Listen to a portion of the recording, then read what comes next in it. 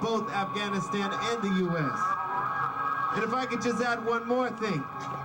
A full day of silence for the tens and thousands of Palestinians who have died at the hands of U.S.-backed Israeli forces over decades of occupation. 6 months of silence for the 1.5 million Iraqi people, mostly children, who have died of malnourishment or starvation as a result of an 11-year U.S. embargo against the country after demolishing their public infrastructure. Before I begin this poem, 2 months of silence for blacks in apartheid, written and unwritten, where Homeland Security made them aliens in their own country. 9 months of silence for the dead in Hiroshima and Nagasaki, where death rained down and peeled back every layer of concrete, steel, earth, and skin, and the survivors went on as if alive. A year of silence for the dead in Cambodia and Laos, secret victims of a secret war. A year of silence for the millions of dead in Vietnam, a people, not a war. For those who knew the scent of burning fuel, their relatives buried in it, and their children born of it. 2 months of silence for the dead in Colombia, whose names, like the corpses they represented, have piled up and slipped off our tongues. Before I begin this poem, an hour of silence for El Salvador, an afternoon of silence for Nicaragua, 2 days of silence for the Guatemaltecos, none of whom ever knew a moment of peace in their living years. 45 days of silence for the dead at Actial and Chiapas. 25 years of silence for the 100 million Africans who found their graves deeper in the ocean than any building could poke into the sky. There will be no dental records or DNA testing to identify their remains. And for those who were strung and swung from the heights of sycamore trees in the south, north, east, and west, 100 years of silence. For the hundreds of millions of indigenous people from this beautiful earth, whose land and lives were stolen in postcard-perfect plots like Pine Ridge, Wounded Knee, Sand Creek, Fallen Timbers, or the Trail of Tears.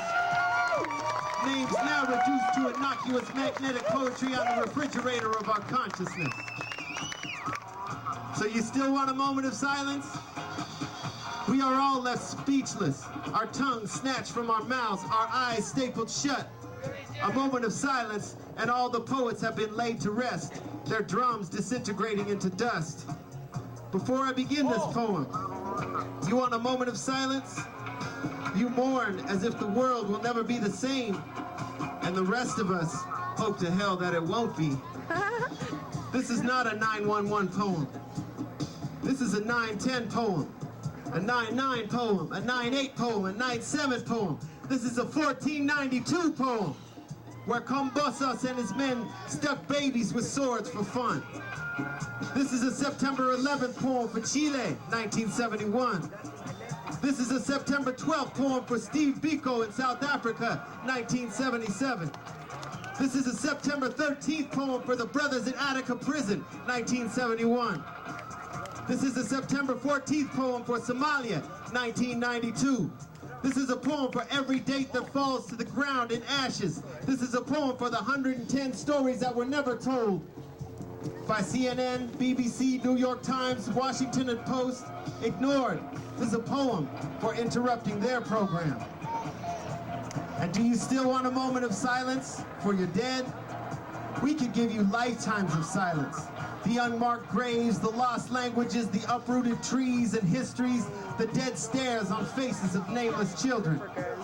Before I start this poem, we could be silent forever, or just long enough to hunger, for the dust to bury us, and you would still ask us more of our silence.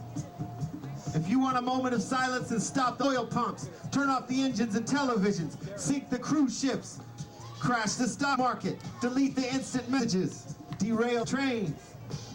Do you still want a moment of silence? If you want another moment of silence, then put a brick through the window of Taco Bell, McDonald's, Nike Town, Virgin Records, and pay the workers for wages lost. Tear down the prison complexes, the jailhouses, the White Houses, and the penthouses. If you want a moment of silence, then take it on Super Bowl Sunday, the 4th of July. during Foley's 13-hour sale, or the next time that white guilt fills the room where my beautiful indigenous people have gathered. You want a moment of silence? Then take it before this poem begins. Let your silence begin at the beginning of crime. But today, we will keep right on singing for our ancestors. Shatta-I representing 303. Peace out.